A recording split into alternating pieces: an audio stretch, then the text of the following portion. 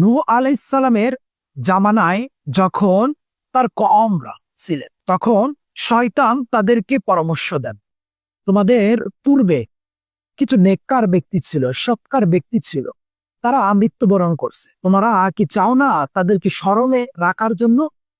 তখন সেই স্মরণের জন্য রাখার জন্য বলেন, তাহলে তোমরা তাদের মূর্তি ওঠাও। তাদেরকে পরামর্শ দেয় শয়তান।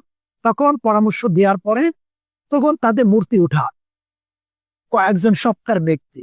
1 নম্বর হলো সোয়াদ, 2 নম্বর সোয়া, 3 নম্বর হলো ইয়াগুস, 4 নম্বর ইয়াকুব, 5 নম্বর নাসার। এরকম করে 5টা মূর্তি বানান। এই মূর্তি যখন বানালেন তখন তাদের চিন্তা ছিল তাদের ইবাদতের না, তাদের হলো স্মরণে রাখার জন্য।